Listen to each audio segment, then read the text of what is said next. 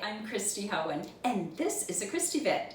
Today I'm talking about the cord that comes with your table grill. It's a shorter cord with a 2-prong on it. And so you're going to need an extension cord. Always use one that has 3 prongs. They have them rated for indoor or outdoor, so use the appropriate one so that you are safe.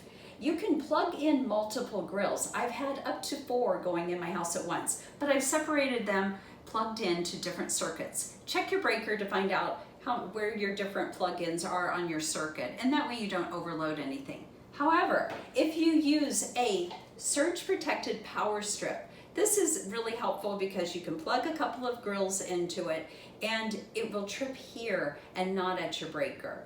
And one of the last tips that I really love to do is I use these little Velcro strips, and you can get them in different colors, and you get them at the hardware store, and they come in a roll, or sometimes they come in like little tab.